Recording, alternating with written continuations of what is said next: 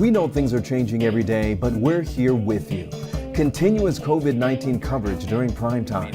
We're committed to giving you facts, not fear. On 11 Alive News Prime Time, weeknights from 8 to 11 on WATF. There are everyday actions to help prevent the spread of respiratory diseases. Wash your hands. Avoid close contact with people who are sick. Avoid touching your eyes, nose, and mouth. Stay home when you are sick. Cover your cough or sneeze. Clean and disinfect frequently touched objects with household cleaning spray. For more information, visit cdc.gov/COVID-19. This message brought to you by the National Association of Broadcasters and this station.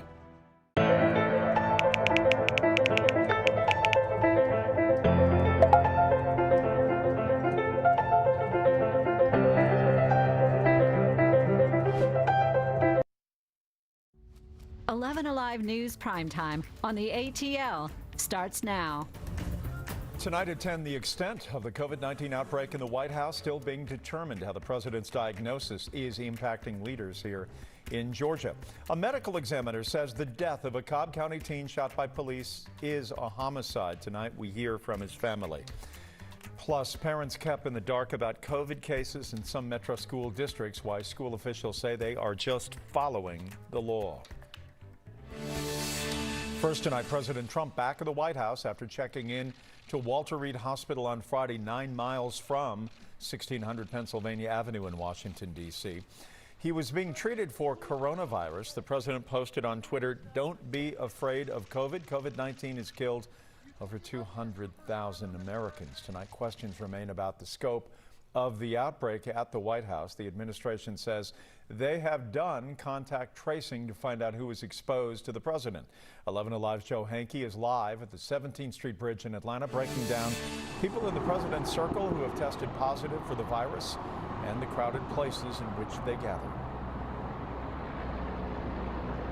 Well, Jeff, many of the people close to President Trump who have tested positive for COVID-19 were in the White House Rose Garden 9 days ago when he made his announcement for his next Supreme Court nominee. Two prominent Georgians were in that crowd, but both have said they have since tested negative. President Trump's doctors held a news conference Monday afternoon ahead of the president leaving Walter Reed Medical Center. Over the past 24 hours, the president has continued to improve. Meanwhile, pictured here are only some of an increasing number of people testing positive for COVID-19 who spent time near Trump before he was admitted to the hospital on Friday.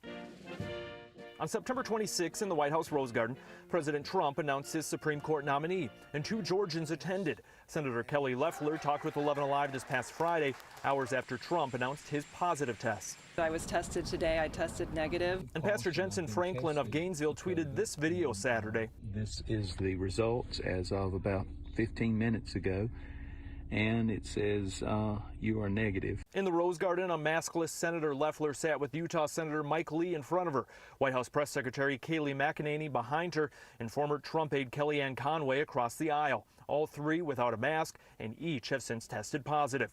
Photos inside the White House show Loeffler with the president and first lady, all three not wearing masks. And this photo shows the tight Rose Garden crowd.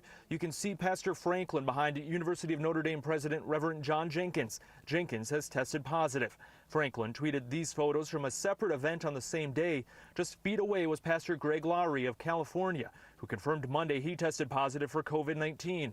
Laurie sat in the Rose Garden in front of former New Jersey Governor Chris Christie, who also has tested positive. And tonight we requested interviews with both Senator Loeffler and Pastor Franklin, but neither accepted those requests. CDC guidelines do show it is recommended for someone who has close contact with someone who has COVID-19, that person then quarantine for 14 days after that contact with a known positive case. But so far, no signs from either Senator Loeffler or Pastor Franklin that either has quarantined. Jeff. Joe Hankey from the 17th Street Bridge. Thank you. We'll keep following the very latest updates on President Trump's health, the fallout from Capitol Hill, and on the campaign trail. It's over on 11alive.com. You can also download the 11 Alive app. Joe Biden, the Democratic presidential hopeful, and his wife Jill on the campaign trail in Miami today. The pair stopping in Little Haiti and Little Havana, working to get support on this final day of voter registration in Florida. Of course, a very critical battleground state. And quite frankly, If we win Florida, you've won. You flat won. So folks, look, the American people, Floridians, folks in Miami-Dade, they're looking to you. You can deliver an awful lot. You really can. That is Joe Biden. Today marked the beginning of a new term for the U.S. Supreme Court. With justices, they were set to hear another challenge to the Affordable Care Act.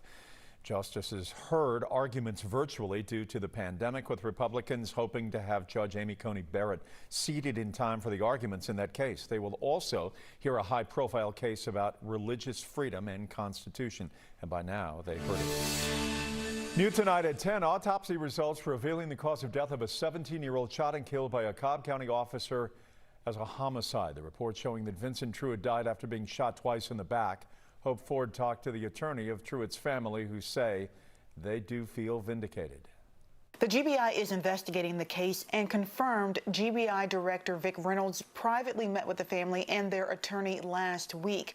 Truitt's family attorney says Reynolds told them he saw the body camera video, which showed that the teen never pointed a gun at the officers and the officers never commanded Truitt to stop or not to move. Soon after Mr. Truitt got out of the vehicle, he was gunned down. Truitt was shot at the end of a chase in July. Maria Banjo, one of the family's attorneys, says he was riding in a car that was reported stolen. The GBI says a handgun was brandished by Truitt before he was shot. However, Banjo says under Georgia law, there's no definition of what brandishing a gun means. It's a crime to point it at someone.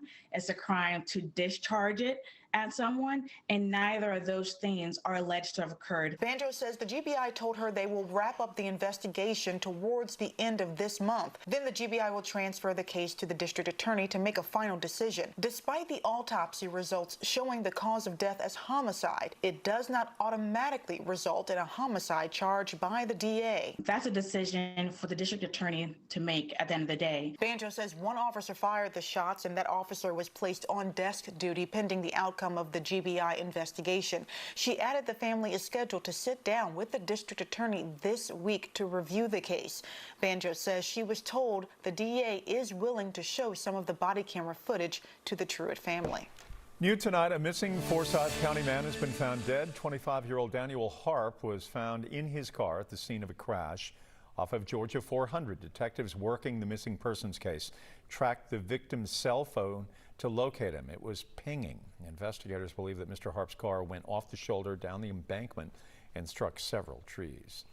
Now to an update on a deadly shootout in northwest Atlanta. Police say shots were fired into a crowd inside of a convenience store on Joseph E. Boone Boulevard. One person was killed. Several people were hurt, including a 13-year-old. Police say that 19-year-old Devontae Barnwell died inside the Star Discount store. A 13-year-old girl remains in critical condition tonight. And the remaining 4 victims are all in stable condition. That's according to police. Officers received a 911 call of a person shot. When officers arrived on scene, they quickly learned that a total of 6 people had been shot. Some of those victims were transported by EMS, while others were self-transported by personally owned vehicles to area hospitals. Police say it all began after 2 women got into some kind of an argument inside the convenience store. They say 2 groups then started firing at each other. Investigators have yet to name a suspect. Cobb County Schools beginning phase 1 of its staggered reopening plan today. All pre-K through 5th grade students and pre-K through 12th grade special education, low incidence students have the option to return to full day instruction. The district says about half of the families chose in-person instruction. One mother, Jessica Sims, sending her 4th and 6th graders back to class, and she says it's obvious why. My 4th grader, he pretty much said he'd wear a hazmat suit if you asked him so he could go back to school. The older kids maybe adjusted better, but a 9-year-old boy sitting in front of a computer for 4 hours, it was not successful for him at all. On its website, the district says masks will be required on the bus and by students and teachers inside the building. Desks and lunchroom seating will be spaced out. Staff will sanitize the rooms. 6th through 8th graders are scheduled to return the 19th of October. High school students are slated to return by November 5th. As children go back into the classroom in some districts, new COVID-19 cases in Georgia remain steady. Nearly 800 cases have been reported today, And we often see a dip in the beginning of the week, but the numbers are low, even though that is an expected number right now. The average number of deaths is dropping too. There are reports of 30 additional lives lost, which is about the same number that has been seen over the past few days. The school buses are rolling in Cobb County. About 52% of students decided to return for in-person classes. Elementary school students began back today, but Reveal investigator Rebecca Lindstrom says Cobb is one of the few metro districts that has decided not to alert parents where COVID cases occur. On Monday morning, my son boarded the bus, excited to get back into the building and see his friends in person. But his excitement is my concern because the district says I'll never know if there's a COVID case at his school unless my son has direct contact. When I asked parents on social media if they thought it was enough, they quickly responded no. They were very concerned Cobb County was only reporting a weekly district-wide number, which right now is 287. At this point, we know those cases come from teachers, staff, or student athletes practicing on campus. But parents say it is vital they know if those cases are 20 miles away or in their child's school, and call the failure to report dangerous. Job one for parents is ensuring the safety and security of their children. I asked Dr. Harry Hyman with Georgia State School of Public Health if it really matters. And of course it does. And we need to ensure that it's communicated with the public in a way that it's understandable, meaningful, and actionable. And we're failing in that regard. The district says it's following the public health department's recommendation, and that due to federal and state medical and privacy laws, it can't give more detailed information. But most major school districts like Gwinnett and Fulton are providing this information. Even Marietta City Schools, a district that is also in Cobb County. And when I asked the county's public health department about it directly, they said it was the school's choice. I don't believe that they're legally allowed to withhold that information at all. The state is collecting this data but denied my records request. It's concerned schools will stop reporting if the data is shared with the public. In this email, DPH lists the regulations that allow it to withhold this information. I asked Attorney Lester Tate to review the law. I think if there were a specific outbreak in a specific county and they said, we're going to hold the statistics for this county until we're able to investigate this and find out about it, that perhaps might be legitimate, particularly if it's in the interest of the public health. But it's certainly not true that you can just say, well, we're investigating all 159 counties, so we're not going to release any data on any of them. One parent said it matters more how many people are going to the hospital, since those are the serious cases. And for months, we were getting data on the number of COVID-19 patients in each hospital. But right now, we can't get that information either. Rebecca Lindstrom reporting for us. Coming up, why some infectious disease experts believe President Trump's condition could be more serious than his team says. Chris? And we're watching Hurricane Delta down in the Caribbean right now. This has undergone some rapid intensification today, and it's going to strengthen even more as it moves into the Gulf of Mexico. Stay with us. We'll show you the latest forecast track on this and let you know if we'll have any impacts. Workers, truck drivers, postal workers, and every brave Georgian doing their part to make a difference. We see you, we hear you, and we appreciate all that you do. Let's start with a viral message going around. Quote, vast majority of people who died had ibuprofen Advil in their system. This message is fake. We just bought 20 dust masks for $97. Are you doing this to help people or are you doing this to make money or both? Both. Take this email sent to the Verify team. Is it safe to have your house cleaned by outside workers? The best practice is to limit guests to emergencies only.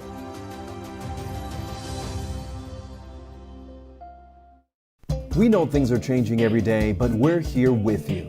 Continuous COVID-19 coverage during prime time. We're committed to giving you facts, not fear. On 11 Alive News Prime Time, weeknights from 8 to 11 on WATF. There are everyday actions to help prevent the spread of respiratory diseases. Wash your hands. Avoid close contact with people who are sick. Avoid touching your eyes, nose, and mouth. Stay home when you are sick. Cover your cough or sneeze. Clean and disinfect frequently touched objects with household cleaning spray. For more information, visit cdc.gov/COVID-19. This message brought to you by the National Association of Broadcasters and this station.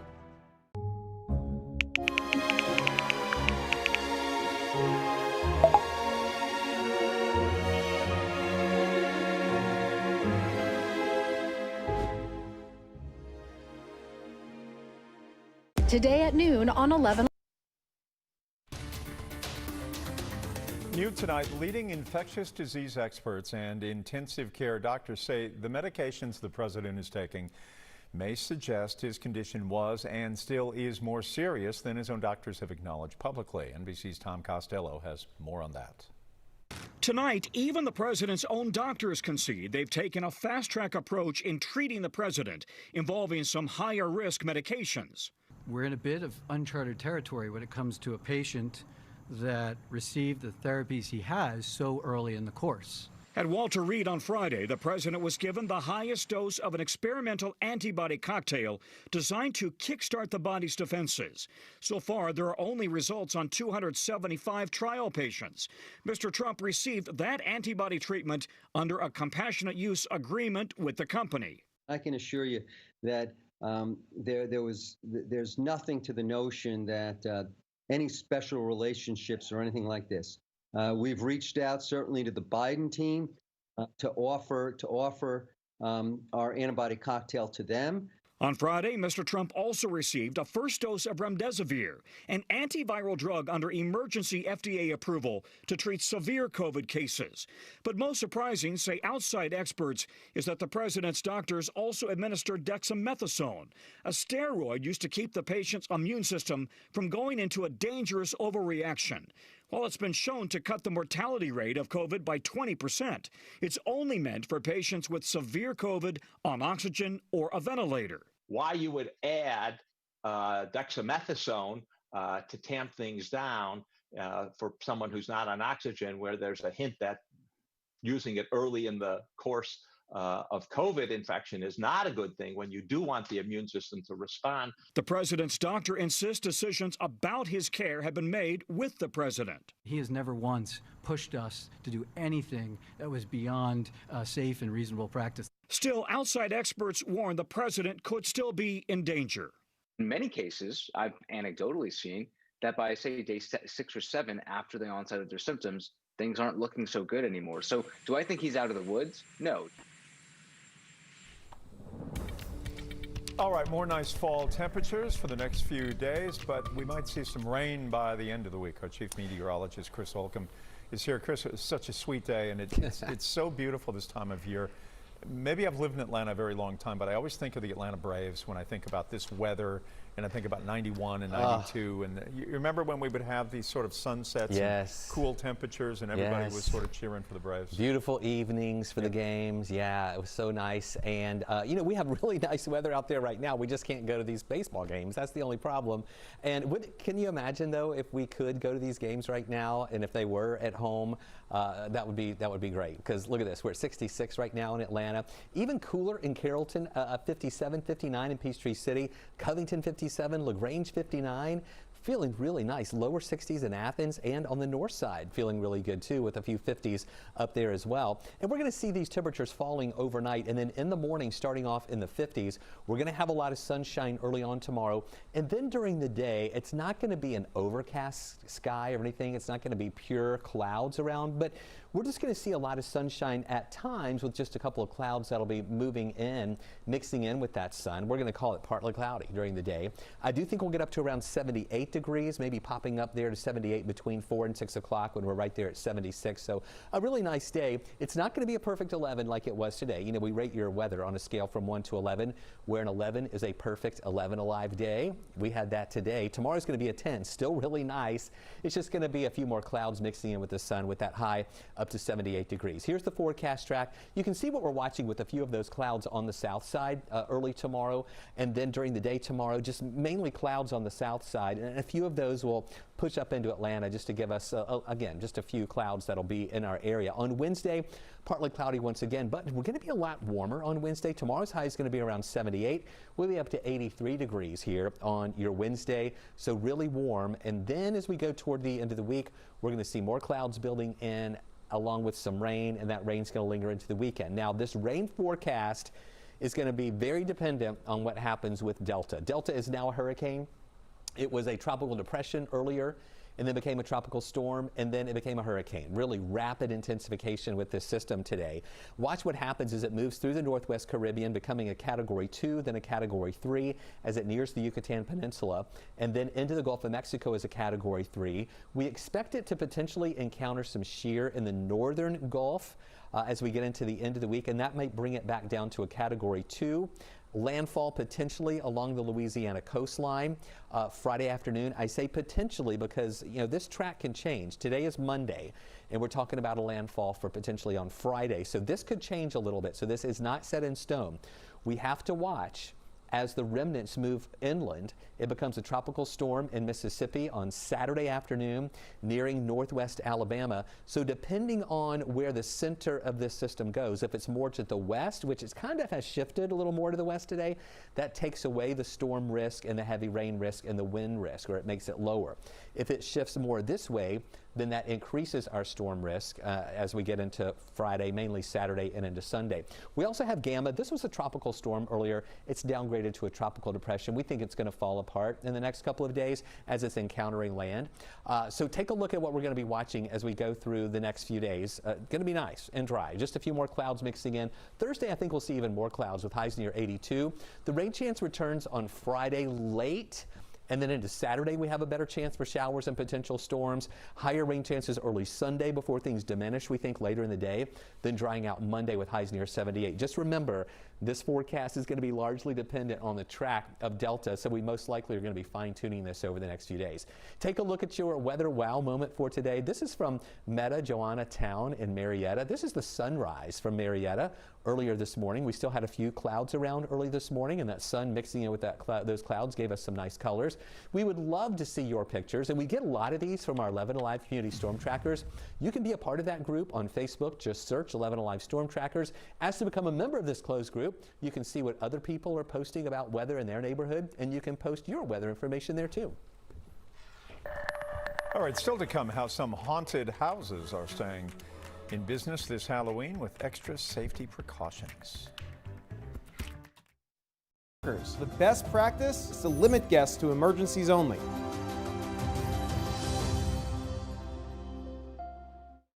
We know things are changing every day, but we're here with you. Continuous COVID-19 coverage during prime time. We're committed to giving you facts, not fear, on 11 Alive News Prime Time, weeknights from 8 to 11 on WATF. There are everyday actions to help prevent the spread of respiratory diseases. Wash your hands. Avoid close contact with people who are sick. Avoid touching your eyes, nose, and mouth. Stay home when you are sick. Cover your cough or sneeze. Clean and disinfect frequently touched objects with household cleaning spray. For more information, visit cdc.gov/COVID-19. This message brought to you by the National Association of Broadcasters and this station.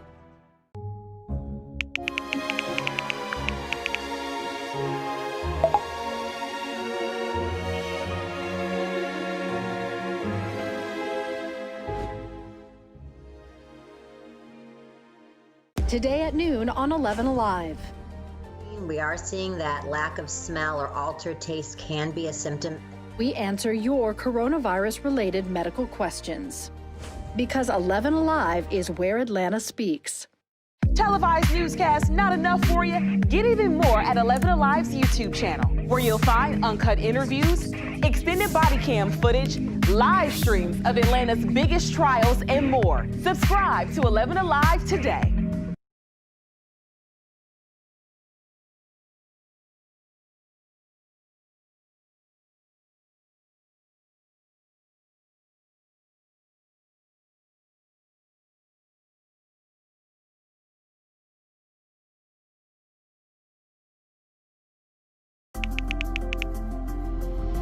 Let's start with a viral message going around. Quote, vast majority of people who died had ibuprofen Advil in their system. This message is fake. We just bought 20 dust masks for $97. Are you doing this to help people or are you doing this to make money or both? Both.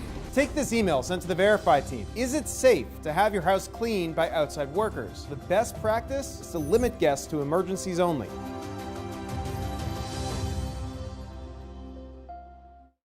We know things are changing every day, but we're here with you. Continuous COVID-19 coverage during prime time. Fall and winter holidays typically mean a lot of family gatherings and friends, but this year is going to look a lot different. In fact, when you think about Halloween, haunted houses come to mind. Lily Zhang shows us how one longstanding Fort Worth show in Texas is taking precautions during the pandemic. It's that time of year again. Tonight I'm expecting to get pretty scared, you know, because everyone says it's pretty scary. People heading to haunted houses, a fall favorite for many. Though under CDC guidance, it's considered one of the higher risk Halloween activities when it comes to spreading COVID-19. A good chunk of this year we weren't sure if we were going to open or not. Todd James is a co-creator of the Cutting Edge Haunted House in Fort Worth. He says there are enhanced safety measures, including masks, start before guests step foot onto the lot. They're asked to wait in their cars until their turns before temperature screenings and a COVID questionnaire. Once you come in here, we built a large pumpkin patch that's socially distanced, so we let everybody sit in their own groups. Because of COVID, there's some areas that we've closed off. Anthony Littles has been with Cutting Edge for 30 years. He says one guest per group will wear a red glow-in-the-dark necklace when they're walking through to spot others easier. So that's so the people can social distance themselves on their own. Not to mention we have our security force and also other stage managers. Littles says as they do their part to keep people as safe as possible, they're asking guests to do the same. Business has to go on in some form, whether it's much smaller than what you're used to, but business has to go on. A local actor who appeared in many of Spike Lee's movies shot and killed in Atlanta. His friend, a very familiar figure in our city, now pleading for justice. In times of great uncertainty, some things become more clear. The things we take for granted, the people we depend on daily. Here at 11 Alive, we'd like to say thank you. First responders, medical staff, sanitation workers, truck drivers, postal workers, and every brave Georgian doing their part to make a difference. We see you, we hear you, and we appreciate all that you do. Let's start with a viral message going around. Quote, vast majority of people who died had ibuprofen Advil in their system. This message is fake. We just bought 20 dust masks for $97. Are you doing this to help people or are you doing this to make money or both? Both. Take this email sent to the Verify team. Is it safe to have your house cleaned by outside workers? The best practice is to limit guests to emergencies only.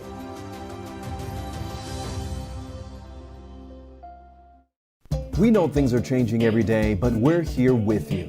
Continuous COVID-19 coverage during prime time. We're committed to giving you facts, not fear. On 11 Alive News Prime Time, weeknights from 8 to 11 on WATF. There are everyday actions to help prevent the spread of respiratory diseases. Wash your hands. Avoid close contact with people who are sick. Avoid touching your eyes, nose, and mouth. Stay home when you are sick. Cover your cough or sneeze.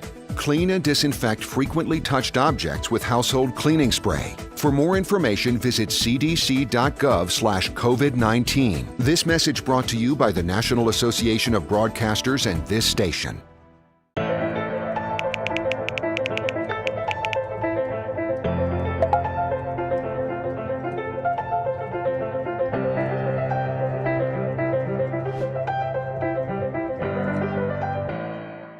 Today at noon on 11 Alive. We are seeing that lack of smell or altered taste can be a symptom. We answer your coronavirus-related medical questions. Because 11 Alive is where Atlanta speaks. Televised newscasts not enough for you? Get even more at 11 Alive's YouTube channel, where you'll find uncut interviews, extended body cam footage, live streams of Atlanta's biggest trials, and more. Subscribe to 11 Alive today.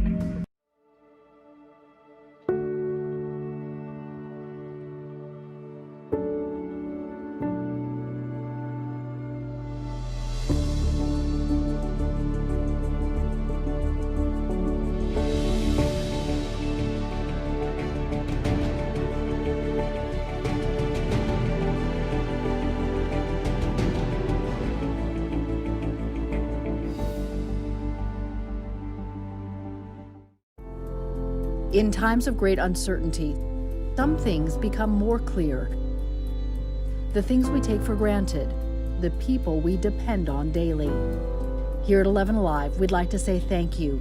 First responders, medical staff, sanitation workers, truck drivers, postal workers, and every brave Georgian doing their part to make a difference. We see you, we hear you, and we appreciate all that you do. Let's start with a viral message going around. Quote, vast.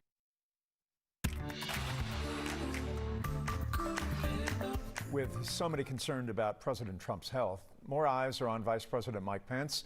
We're verifying details about how a transfer of power would look if there was a worst-case scenario involving health. Here's Evan Kozlov. What is the 25th Amendment and how is it invoked? Our sources here are the Constitution and a pair of law professors, Cy Prakash from the University of Virginia and Ilya Somin from George Mason University. The first part of the 25th Amendment is clear. If the president dies, resigns, or is removed from office, the VP will take over. But what if the president is still in office and unable to do his job? If the president said, "I'm unable to function," then the vice president would just take over. But absent such a declaration prior to the 25th Amendment, it would be, a little uncertain who would make that determination, right? Are other people supposed to make it? Is it Congress? Is it the courts? Is it the vice president? Who is it? And the 25th Amendment speaks to that question. Our experts explain that this could go down in one of two ways. Here's the first way. The president submits a written declaration to the president pro temp of the Senate and the Speaker of the House of Representatives. In this case, that's Chuck Grassley and Nancy Pelosi. The vice president, Mike Pence, would then act as president until President Trump submits a written declaration that he can resume. Then there's the other way this could happen. The VP and a majority of the, quote, principal officers of the executive departments, which our experts say is generally interpreted as the president's cabinet, submit a written declaration to the president pro temp of the Senate and the House Speaker that the president is unable to do his or her job. The president would be allowed to contest that declaration, but if the VP and cabinet persist, that would lead to a vote in Congress. It would take a vote of 2/3 in both houses to keep the VP in charge. But there's really no precedent here. I think every time the 25th Amendment's been invoked, it's the president himself saying, "I can't function." So our experts say that the possibility of invoking the 25th Amendment is really uncharted territory. If you see a claim that needs to be verified, send us an email at verify@11alive.com. While some people trust them, others argue political polls are not to be believed. But experts say you got to look at more than the numbers. Here's our Why Guy. It is a chance to open the curtain for a brief peek at a hotly contested political race. Some people don't like the view. 11 Alive viewer Terry Hearn is suspicious when it comes to political polls. I believe that people are going to say what they feel. I don't believe in the interpretation. The outlets that conduct public opinion polls say that despite 2016's miss during the presidential race, political polls are still extremely accurate. But you have to look at more than the numbers. Here's why. It's important to look at when pollsters conduct their survey. Ken Alper is with Survey USA, the company that provides polling for 11 Alive. Public opinion polls are snapshots in time. They tell you what would happen if the election were today. Different pollsters have different methods that can vary from race to race. It's good to know the questions and who is asking. Joseph Watson, professor of public affairs at the University of Georgia, points out that the candidates or the political action committees that support them will conduct polls, sometimes with questions framed to get certain results. Say, hey, I've got 80% or something. Well, because you frame the questions in a way that are overly favorable to you. It's important to know how the poll is conducted. There are pollsters that still depend on landline telephones. If you're using a recorded voice only poll, you're going to skew more towards however the older people in that geography feel. Polls will also lean on people who are likely to vote in a particular election. If you have an election which a lot of people that were not prior voters did vote, you're undercounting them. Our experts say it's best to look at more than one poll. And remember, the only one that counts is the actual vote on Election Day. And if you have questions for Jerry Carnes, our Why Guy, send it to us on Facebook, Twitter, or email, or send me an email. I know Jerry well. I will get it on to him. A friend is demanding justice in the killing of an actor in southwest Atlanta. Officers found Thomas Jefferson Byrd shot multiple times early Saturday morning. That happened on Belvedere Avenue. Mr. Byrd appeared in many of Spike Lee's movies. Hope Ford talked exclusively with a friend that you will know his face, his name, and he is trying to make sense of this tragic death. He shouldn't have been killed like that. It didn't make sense. He had no enemies that somebody would shoot him down in the street like a dog. No. Afemo Amalami wants to see the person who killed his friend, Thomas Jefferson Byrd, brought to justice. Both actors met in the late 70s in Georgia. Amalami says Byrd was, well, a rare bird. If you didn't bring it, you got smoked, because Thomas was the ultimate professional. He did not play, and he knew his work. Byrd was gunned down in southwest Atlanta. Police haven't released many details in the investigation. The 70-year-old's death is personal, not just with Amalami, but a popular director Byrd worked with often, Spike Lee. The director posting video tributes to Byrd on Instagram. He was just kicking in the next phase of his life and taken away so brutally. For what? Amalami performed with his friend one last time in what is now Byrd's final movie, Freedom's Path. It wrapped this year in Arkansas. Thomas and I are looking at each other now. What are two black behinds doing up here in Arkansas, freezing off in October? In the film, the two worked on the Underground Railroad trying to free slaves. Now, Amalami says he will work to free Byrd's spirit by calling for anyone to come forward with information about his death. Don't let this just be another black man shot down. So what? No, it can't be that. Mr. Amalami, of course, is married to Elizabeth, the daughter of Hosea Williams, the legendary Reverend civil rights leader, activist in Atlanta, passed away about 20 years ago. And of course, the family has been involved with Hosea Helps for generations, and they plan to dedicate this year's Thanksgiving dinner to Mr. Byrd. Bumper stickers and car decals reflect our personalities, but they can also let people with less than good intentions prey upon you and your family. There's always bad news right around the turn. Here's Dan Sheneman. It's important to protect personal information, whether it's posted on social media or stuck to a car window. I think putting it on social media, putting it on your car, we have so many means of taking that information and taking it further. All those bumper stickers and window decals say something about the car's owner, and it may say too much.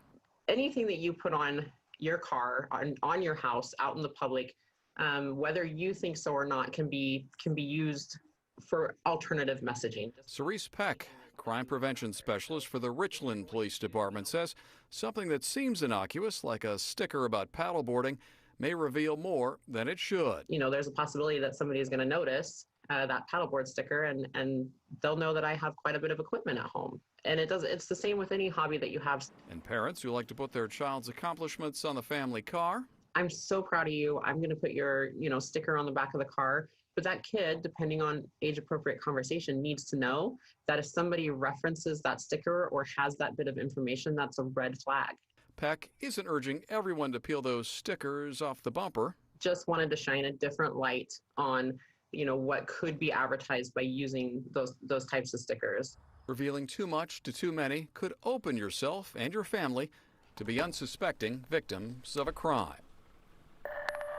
The president's COVID-19 diagnosis raising the stakes for this week's vice presidential debate. A look at why this one debate will mean plenty to voters. We have dry air in our area right now, and that gives us a good sneak peek here at the 7-day outlook where we see that dry air in place. But that's going to be replaced by tropical moisture thanks to Hurricane Delta moving our way. We'll talk more about that coming up. It's been a quarter of a century since the Braves won the World Championship, and there I am with Tom Glavine. I'll talk with Tom today, and the passage of time is ever so swift. We'll talk about the past and the present coming up.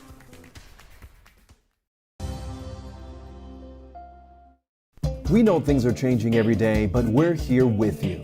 Continuous COVID-19 coverage during prime time. We're committed to giving you facts, not fear. On 11 Alive News Primetime, weeknights from 8 to 11 on WATF. There are everyday actions to help prevent the spread of respiratory diseases. Wash your hands. Avoid close contact with people who are sick. Avoid touching your eyes, nose, and mouth. Stay home when you are sick. Cover your cough or sneeze.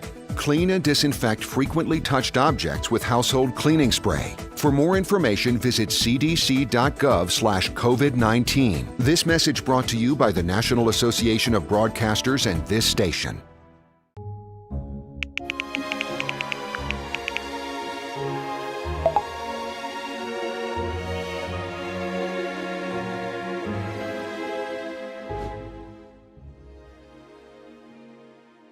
Today at noon on 11 Alive.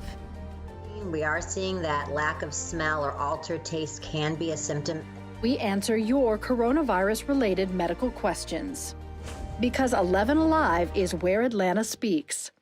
Televised newscasts not enough for you? Get even more at 11 Alive's YouTube channel, where you'll find uncut interviews, extended body cam footage, live streams of Atlanta's biggest trials, and more. Subscribe to 11 Alive today.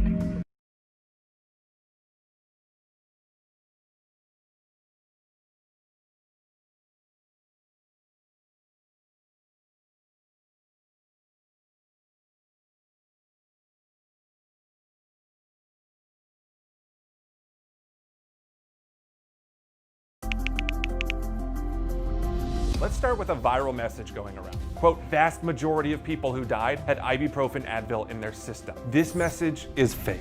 We just bought 20 dust masks for $97. Are you doing this to help people or are you doing this to make money or both? Both. Take this email sent to the Verify team. Is it safe to have your house cleaned by outside workers? The best practice is to limit guests to emergencies only.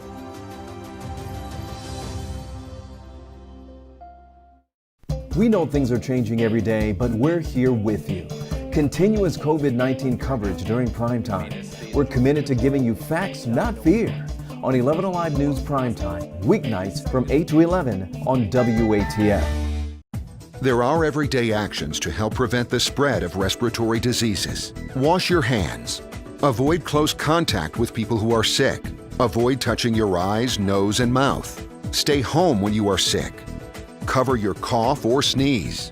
Clean and disinfect frequently touched objects with household cleaning spray. For more information, visit cdc.gov/COVID-19. This message brought to you by the National Association of Broadcasters and this station.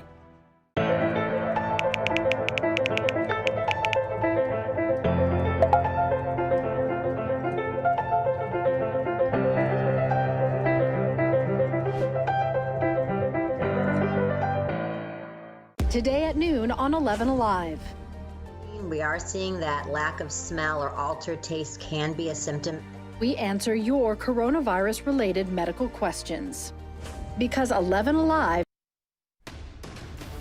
More states began in-person voting today in advance of the November election, and this as surrogates for President Trump scramble to figure out how to continue their campaign while the president is still being treated for COVID-19. Here's NBC's Chris Pallone with the very latest.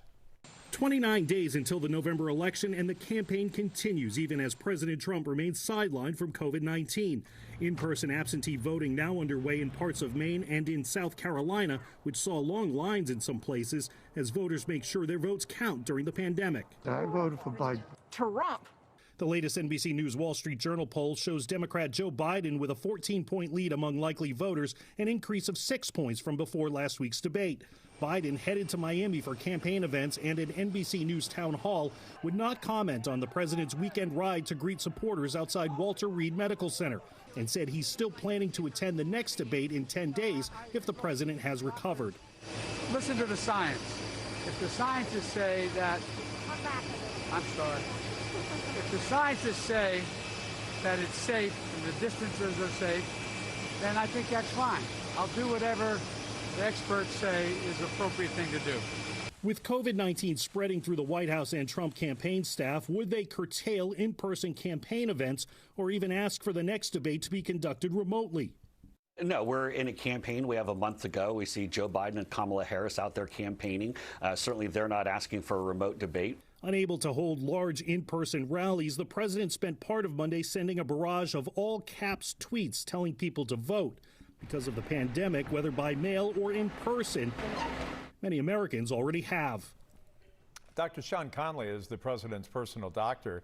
He's had a very high profile since the president's diagnosis of COVID. Over the weekend, he downplayed the president's condition, saying he wanted to be upbeat. Today, he shared some medical information, but would not answer other questions, specifically about the president's lung health. So we've done routine standard imaging. I'm just not at liberty to discuss. So you're actively not telling us what those lung scans showed, just to be clear. So there are HIPAA rules and regulations that restrict me in sharing certain things for his safety and his own health and reasons.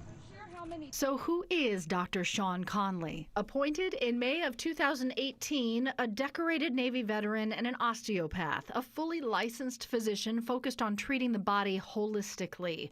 From the beginning, there were questions surrounding his appointment. In the spring, two sources with direct knowledge told NBC News Dr. Conley had been handpicked by his predecessor, Dr. Ronnie Jackson, adding many within the White House medical unit were concerned he was promoted without proper vetting. In November of 2019, Dr. Conley accompanied the president on an unscheduled trip to Walter Reed Medical Center.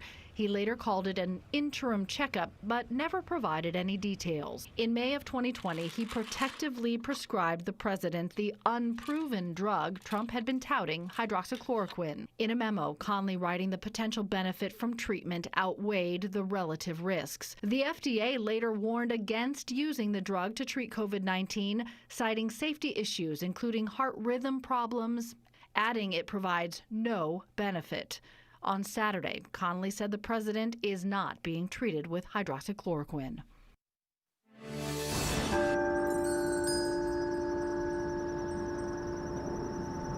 $200 tolls for more than 200,000 who have died. Sunday, the faith community in Cobb County came together in Decatur to remember the victims of COVID-19 in the U.S. Here is First Baptist Church Pastor David Jordan. This has become a national tragedy, a worldwide global pandemic, and it is one where a group of us in our Decatur churches felt we needed to do something to support each other, to remember the people who have passed, to care for and express compassion to the families that have lost loved ones, and to know of these sad concentric circles of people who are grieving and have experienced the tragedy of losing a loved one in this pandemic. The bells rang for more than 45 minutes, and the faith community says it is an important reminder of the impact of the pandemic.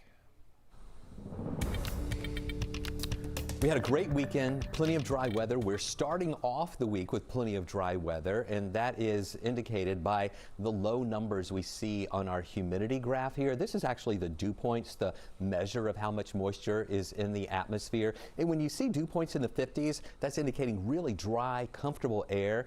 And that's what we're experiencing, not only through the weekend, but now and for the next few days. We will see a few more clouds that'll be mixing in with that sunshine at times, but I want you to see what's going to happen as the tropical moisture returns thanks to Hurricane Delta. Look how these dew points rise from Friday into Saturday up to near 70, and then Sunday dew points in the 70s. That is oppressive tropical moisture that we're going to be having in here, and that's where we're going to see those rain chances that'll be coming up as well. So it's going to be nice for the first half of the week.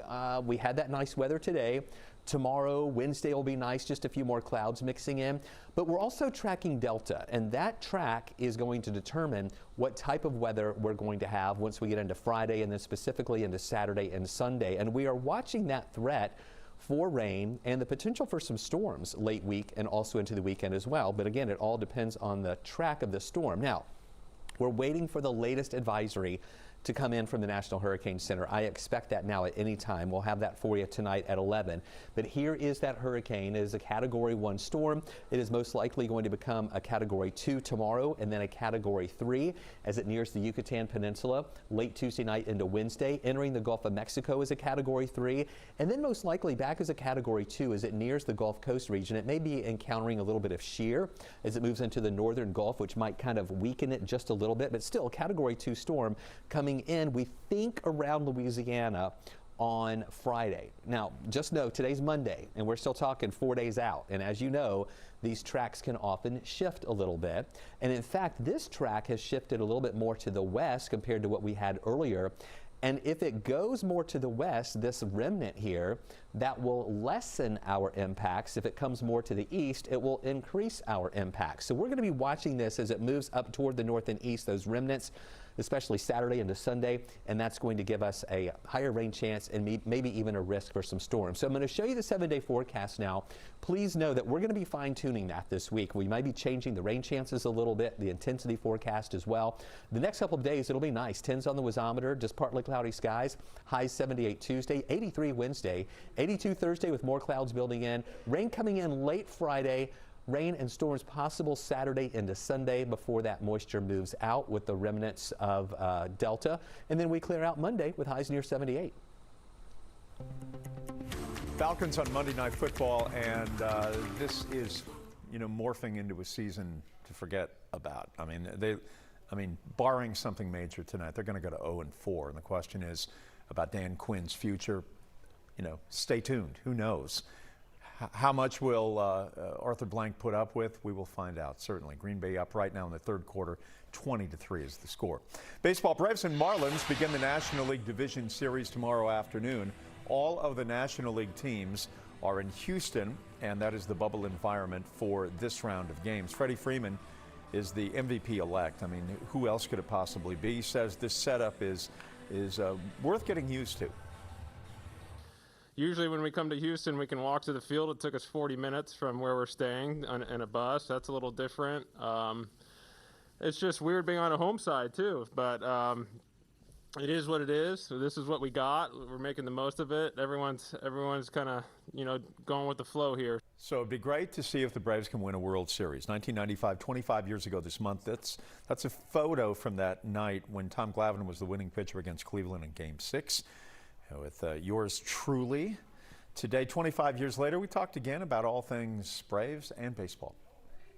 How do you think this Braves team is going to fare? Do you think they're capable of winning a World Series?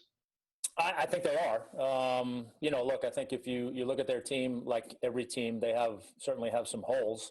I think for them, it's probably the inexperience of their starting pitching, but they dispelled a lot of those notions in the first series against Cincinnati. So, but I still think that would be the one area people look at.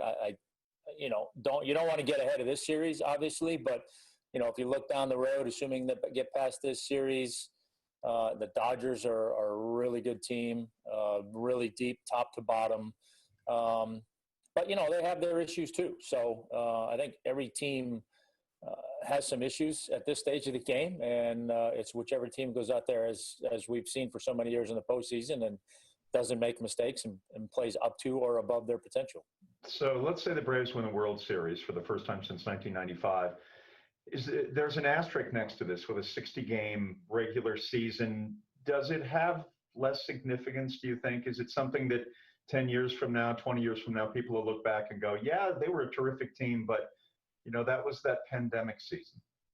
If it has an asterisk, it's, in my mind, it's only to remind people of what we were going through. I don't think the asterisk diminishes the accomplishment. I'm of the mindset that, sure, it's a different season, but everybody's playing under the same rules. And as long as you're playing under the same rules, if you are the last man standing, then you have earned your championship. No question about that. So, I don't, like I said, I don't look at it asterisk-wise as somehow less of an accomplishment. I look at an asterisk as just simply a reminder of what the season was about, why it was what it was, what we were dealing with as a country. And look, I haven't gone through it, obviously, but I could probably make an argument. I would venture to say some of the coaches, managers, players would probably back me up. In a lot of ways, it may have been a much more stressful season than a 162-game schedule. Uncut interviews, extended body cam footage, live streams of Atlanta's biggest trials, and more. Subscribe to 11 Alive today.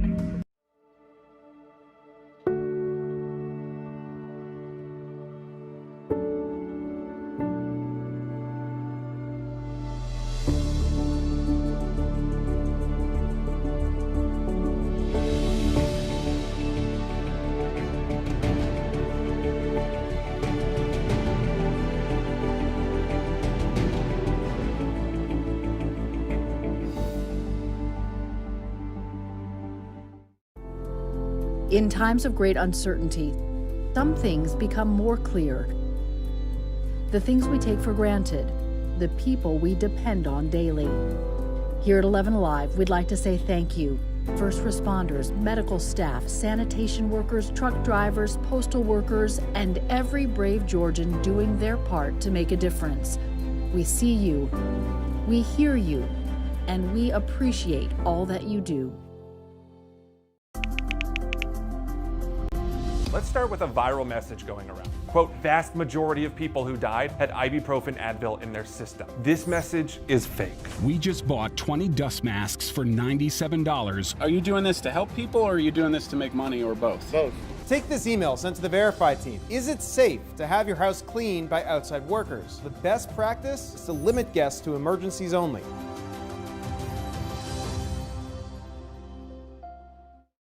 We know things are changing every day, but we're here with you.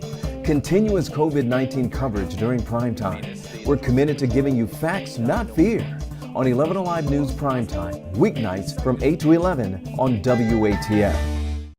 There are everyday actions to help prevent the spread of respiratory diseases. Wash your hands.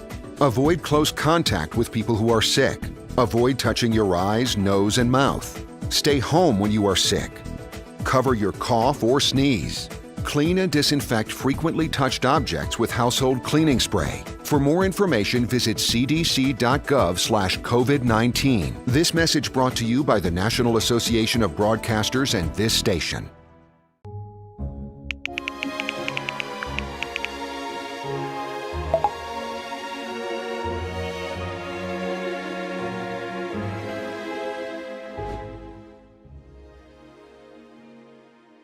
Today at noon on 11 Alive. We are seeing that lack of smell or altered taste can be a symptom. We answer your coronavirus-related medical questions. Because 11 Alive is where Atlanta speaks. Televised newscasts not enough for you? Get even more at 11 Alive's YouTube channel, where you'll find uncut interviews, extended body cam footage, live streams of Atlanta's biggest trial. Thanks for watching 11 Alive Prime Time. Switch over to 11 Alive now for Up Late with Ron Jones. Remember, the news continues all the time online at 11alive.com. Have a good evening. See you tomorrow night.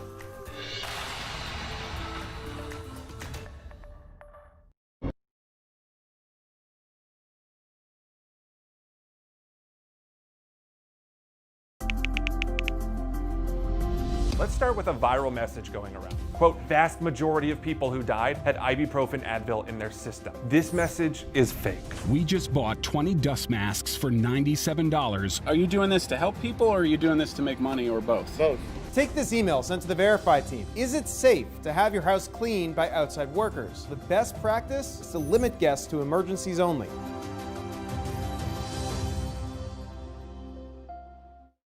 We know things are changing every day, but we're here with you. Continuous COVID-19 coverage during prime time. We're committed to giving you facts, not fear. On 11 Alive News Prime Time, weeknights from 8 to 11 on WATF. There are everyday actions to help prevent the spread of respiratory diseases. Wash your hands. Avoid close contact with people who are sick. Avoid touching your eyes, nose, and mouth. Stay home when you are sick. Cover your cough or sneeze.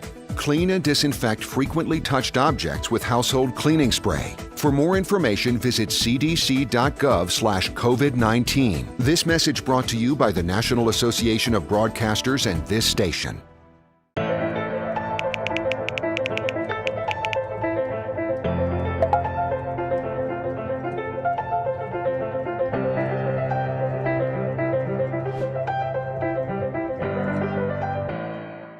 Today at noon on 11 Alive.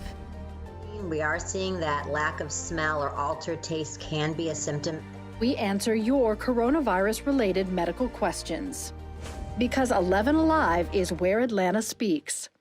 Televised newscasts not enough for you? Get even more at 11 Alive's YouTube channel, where you'll find uncut interviews, extended body cam footage, live streams of Atlanta's biggest trials, and more. Subscribe to 11 Alive today.